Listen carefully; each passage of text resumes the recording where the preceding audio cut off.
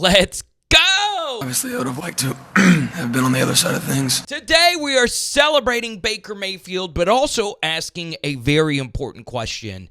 Did he cost Lincoln Riley and the Sooners a national championship in what was a legendary game versus Georgia? So let's throw it back before we get into seasonal breakdowns. We start off with a very nice rollout throw here to Dimitri Flowers. What made this offense so fun is their use of 12 personnel. So Flowers was the higher graded tight end of the two that Oklahoma played that season. The other was future Hall of Famer Mark Andrews. You also have Marquise Hollywood Brown and CeeDee Lamb here. So using that 12 personnel, which is ironically what Georgia used with their best offense of all time with Brock Bowers and Darnell Washington, it really was so unfreaking believably hard to stop, as once again they hit Flowers right up the middle for a nice little play action gain. And Flowers, man, that is a genetic family. They had so many brothers and cousins actually play in the NFL. This right here is just downright sexy. So it's 2nd and 8.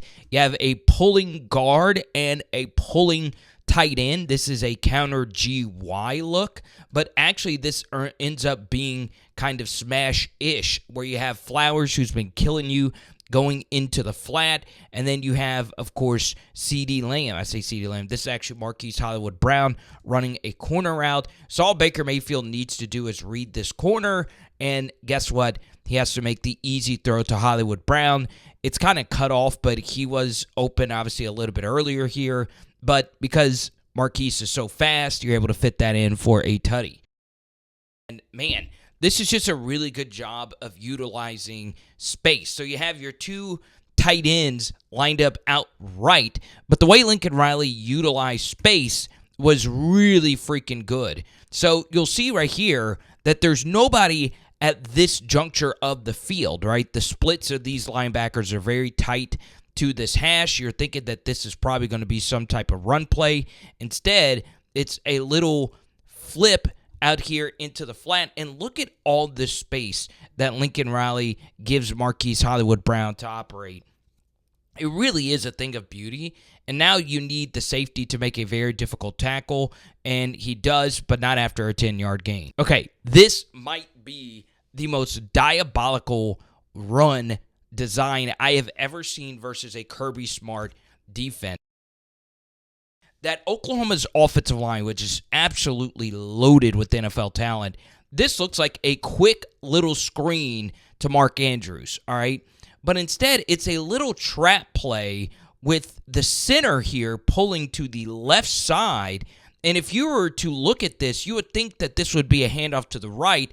Instead, it's kind of an upside-down handoff that's supposed to be trapped here to the left.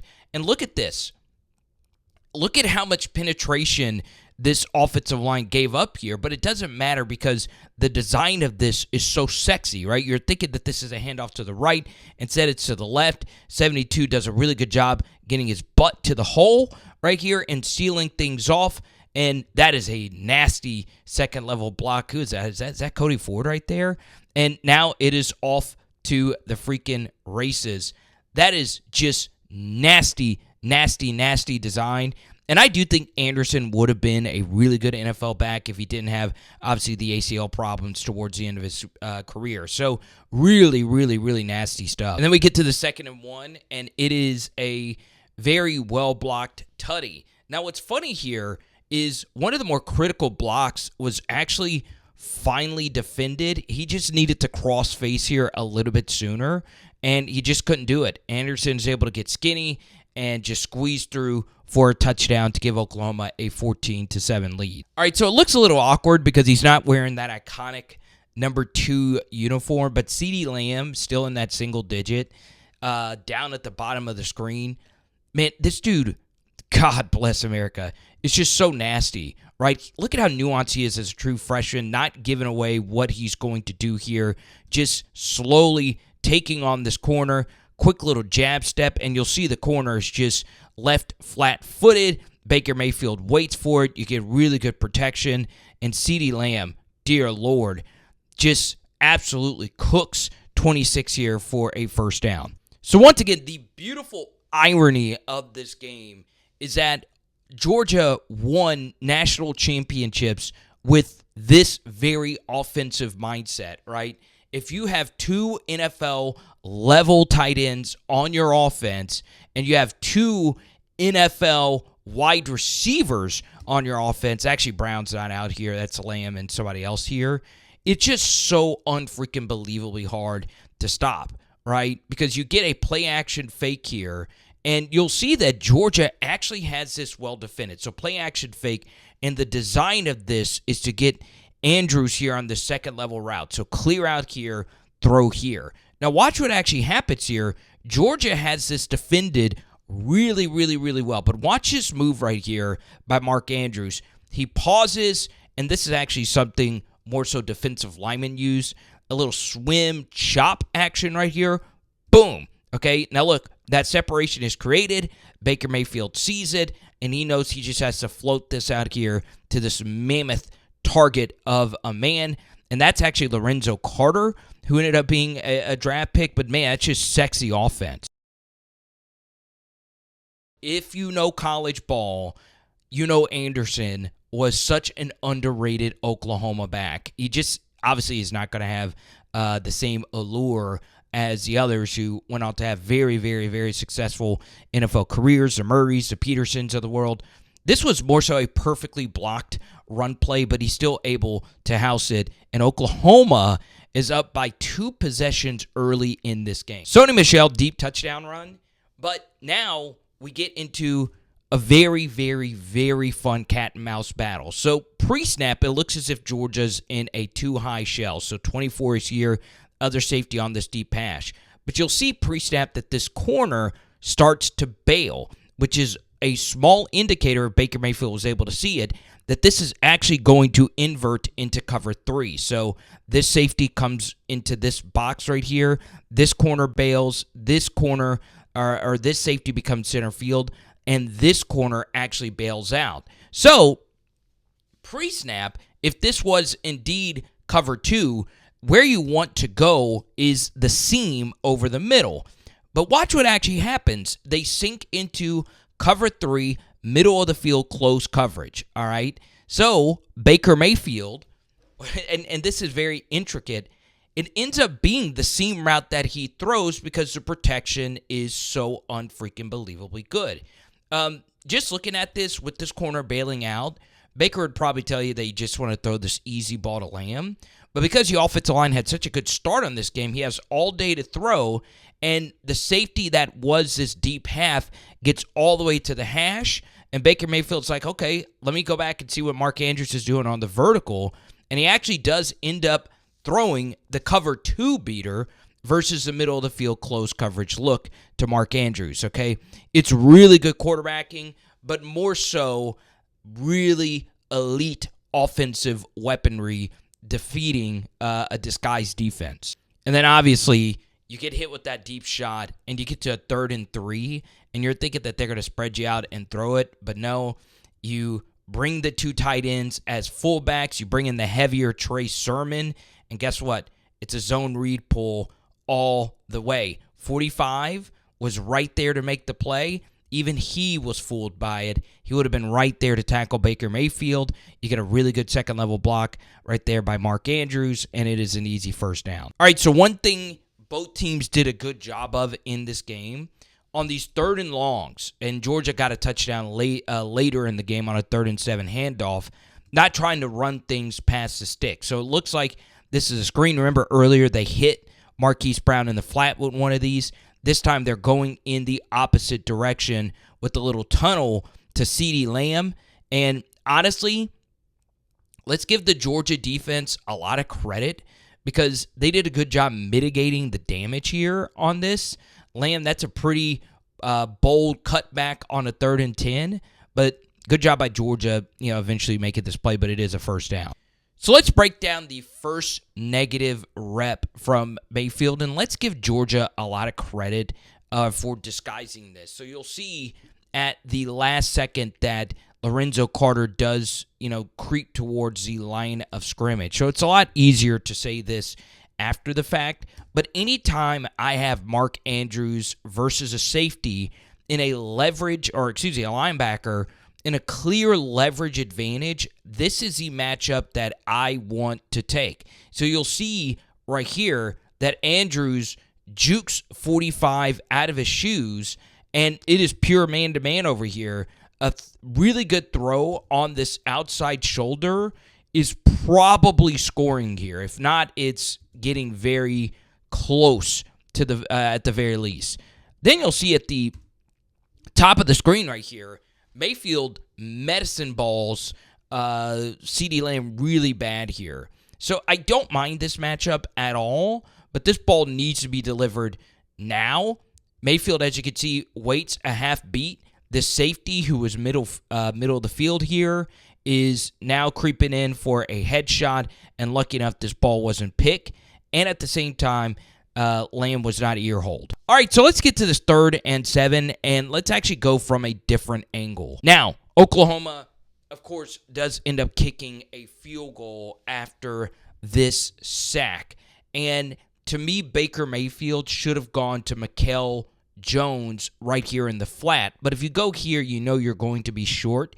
So Baker decides to go for it all. And I do believe, just looking at this, should Hollywood have been running a corner? I know there's a lot of smash-ish concepts being run in the red zone. I also think Mayfield in the spot, with all these defensive backs being over here, you would like to think that there would be rushing lanes open. There wasn't. So, yes, you would have liked to have seen this ball get thrown, but give Georgia's pass rush a lot of credit. They're really good players too, and they end up making the sack. So not the worst sack, just a good play by Georgia, and you have to kick the field goal. Lincoln Riley's personnel usage is what really got things going. So now you are in 21 personnel. You take the tight end Flowers out, and you have 2 running backs in. Your number 1 option in Anderson, and then number 2, Sermon. And you're running counter GT to the right side, okay? And look at this. It's just simple run fitting, all right? And Georgia's not able to do it. Every block is taken care of. Everyone is over here worried about the screen. And Trey Sermon is off to the freaking races, okay? This is some good blocking down the field from Hollywood Brown as well.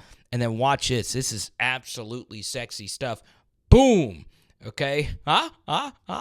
Absolutely nasty, nasty running right there from Trey. And this is really, really good play calling from Lincoln Riley. This is the most common play in all of college football, passing, in particular on 3rd and mediums, in particular versus man coverage. It's just a simple mesh concept.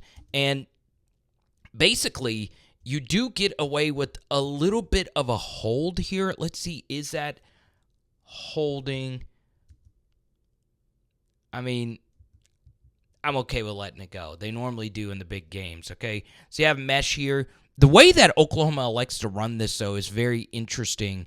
This is really shallow depth. You'll see that Marquise Hollywood Brown actually ends up catching this football behind the initial line of scrimmage. But that is such a difficult guard for 18 who was in man coverage. And as many of you know, Hollywood in his college prime was the fastest receiver in college football. And you'll see it right here. Okay, this cutback is absolutely insane, and you'll see that he actually does end up slipping. I thought, watching this in real time, he was actually going to score here, and, well, he ends up slowing down and just falling down right here at the 15. Really good stuff. What is a big game without some Philly special action mixed in there? All right, so what makes this very interesting is Flowers, the fullback tight end type, is taking the football, not who you normally expect to have it. CeeDee Lamb gets the pitch, and he acts like he's going to run, and then once he sees that both these DBs are coming towards him, he just flips it to Mayfield. Really, really, really sexy stuff, and it is a touchdown and a 3-possession lead for the Sooners.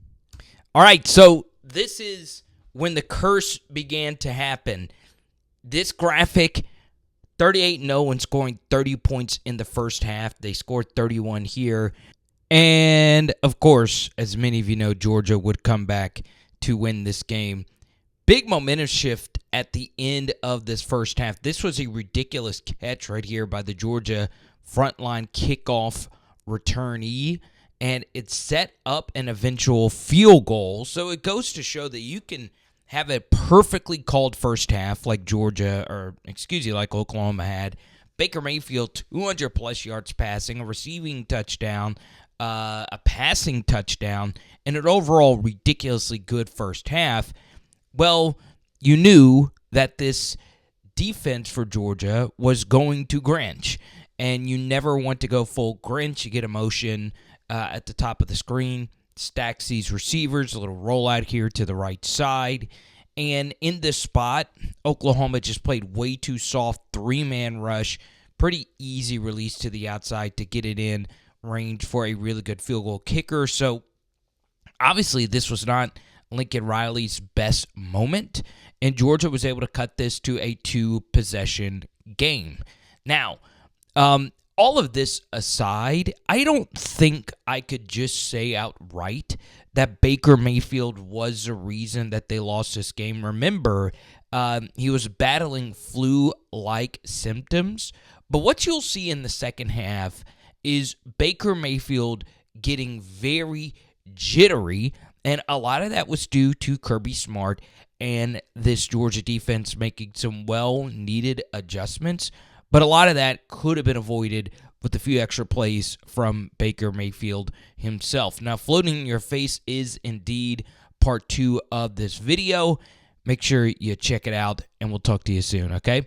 It is Power Hour SEC. Boom! And tonight, we're doing barbecue.